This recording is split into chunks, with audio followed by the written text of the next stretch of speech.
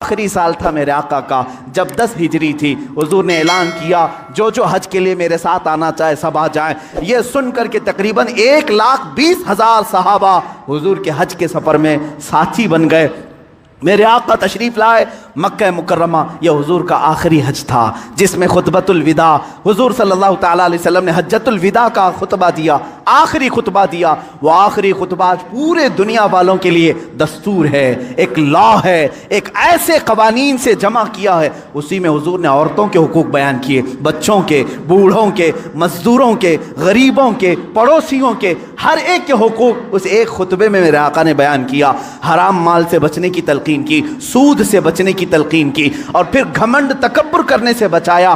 حضور نے فرمایا تم سب آدم کی اولاد ہو، ایک دوسرے پر فخر نہ کرو، کالا گورے پر، گورا کالے پر، امیر غریب پر، غریب امیر پر، بلکہ میرے آقا نے فرمایا تقوی جس کے پاس ہے وہ اللہ کے نزدیک محترم ہے۔ یہ آخری خطبہ ہوا۔ اسی خطبے کے بعد میرے آقا نے اپنے صحابہ سے کہا اللہ نے اپنے بندے کو اختیار دیا ہے کہ دنیا چاہے تو دنیا لے لو یا اپنے رب کے پاس جو چاہے وہ لے لو۔ اس بندے نے اللہ کے پاس رہنے کو قبول کر لیا ہے۔ یہ باتیں تھیں جو اشارہ دیا میرے آقا نے کہ اب رسول پاک زیادہ دن تک ان کے ساتھ نہ رہیں گے۔ محرم کا مہینہ تھا جب میرے آقا پلٹے مدینہ طیبہ، بیماری نے جکڑ لیا، سفر کا مہینہ پورے علالت میں گزرا۔ اس طرح کی علالت تھی، اس طرح کا بخار تھا کہ حضور پاک صلی اللہ تعالیٰ علیہ وسلم کو بعض اوقات صحابہ دونوں کندھے پکڑ کر کے مسجد میں لاتے تھے۔ حضور پاک صلی اللہ تعالیٰ علیہ وسلم کے پیر بھی زمین پر نہیں ٹکتے تھے۔ اس حالت میں حضور مصلی پر آئے اور اپنے صحابہ کو دیکھ کر مسکراتے بھی رہے، نمازیں بھی پڑھاتے رہے۔ پھر یہی ربیع الاول شریف کا مہینہ آیا، یہ 11ویں ہجری تھی، جب 12 ربیع الاول تھی، بعض روایات میں 13 ربیع الاول ہے، یعنی کل آنے والا جو دن ہے۔ اللہ کے حبیب صلی اللہ تعالیٰ علیہ وسلم نے سب کو جو وصیتیں کرنی تھی وہ وصیتیں فرمائی۔ ماں عائشہ صدیقہ کے حجرے میں آرام کرتے رہے۔ اللہ کے نبی صلی اللہ تعالیٰ علیہ وسلم کو بخار شدت کا تھا، بار بار مسواک طلب کرتے تھے یا پانی کے چھینٹے چہرے پر مارتے تھے، اور پھر کہتے تھے یہ سکرات، یہ نزع کا وقت کتنا شدید ہوتا ہے، کتنا شدید ہوتا ہے۔ ماں عائشہ کہتی ہیں اچانک میں نے دیکھا دروازے پر کسی کی دستک ہو رہی ہے، میں نے کہا اللہ کے رسول آرام کر رہے ہیں۔ حضور نے فرمایا عائشہ وہ کوئی اور نہیں ملک الموت عزرائیل ہے، وہ کسی کے آنے کے لیے اجازت نہیں مانگتا، آج مجھ سے اجازت لے رہا ہے، اس کے بعد پھر کسی سے نہیں لے گا۔ ملک الموت حجرے پاک میں داخل ہوئے۔ حضور پاک صلی اللہ تعالیٰ علیہ وسلم ماں عائشہ صدیقہ کے زانوں پر سر رکھ کر آرام کر رہے ہیں۔ ملک الموت نے اجازت طلب کی، آقا حکم ہو تو آپ کی روح پاک کو میں نکالوں، اللہ کے حضور لے جاؤں، آپ کے رب اعلیٰ کے جلوں میں لے جاؤں۔ رسول پاک صلی اللہ علیہ وسلم نے اس سے پہلے جانتے ہو کیا پوچھا تھا؟ میرا دل درد کرتا ہے۔ ملک الموت سے صرف اتنا پوچھا، یہ وہ وقت ہوتا ہے نزع کا وقت جس وقت باپ اپنے بیٹے کو بھول جاتا ہے، بھائی بہنوں کو بھول جاتا ہے، بلکہ اکثر تو لوگوں کو اپنا نام تک یاد نہیں ہوتا۔ سکرات کے وقت جاؤ لوگوں کے بستروں کے پاس، ہم کلمہ پڑھاتے رہتے ہیں، کلمہ آتا نہیں، لوگ بول نہیں پاتے، یہ وہ حالت ہوتی ہے نزع کی۔ لیکن اس وقت میرے آقا صلی اللہ علیہ وسلم ملک الموت سے یوں کہتے ہیں اے اسرائیل، یہ جو نزع کا درد ہے کیا یہ درد میری امت کو بھی دیا جائے گا؟ کیا یہ سکرات کا درد میری امت کو بھی دیا جائے گا؟ ملک الموت نے کہا موت سے پہلے ہر ایک کو سکرات سے گزارا جائے گا۔ میرے آقا رو پڑے، واہ امتی، واہ امتی، اے اللہ میری امت، اے اللہ میری امت، کیا وہ نزع اور سکرات کو برداشت کر پائے گی؟ رب تعالیٰ نے حکم دیا اے حبیب آپ غم نہ کریں، آپ اپنے امتیوں کو یہ بشارت دیں کہ جو ہر نماز کے بعد آیت الکرسی پڑھتا رہے ہیں وہ دنیا میں رہے گا، اس کی روح اللہ فرماتا ہے میں خود قبض کروں گا، اسے احساس نہ ہو۔ رسول پاک صلی اللہ تعالیٰ علیہ وسلم حضرت عائشہ سے بات کر ہی رہے تھے، آخری جملے میرے آقا کے الصلاۃ الصلاۃ، نماز نماز، اور تمہارے ہاتھوں کے نیچے جو مزدور ہیں ان کا خیال کرو۔ اتنا کہا اور حضور پاک نے ہمیشہ کے لیے اپنی آنکھیں بند کر لی۔ میرے آقا کے لبھائے مبارک بند ہو چکے تھے۔ حضرت عائشہ کہتی ہیں میں بات کرتی رہی، میں بات کرتی رہی، میں یہ سوچ رہی تھی کہ حضور اب بولیں گے، تب بولیں گے۔ کافی انتظار کے بعد بھی حضور بول نہیں رہے تھے۔ اب وہ کبھی نہیں بولنے والے تھے ظاہری الفاظ،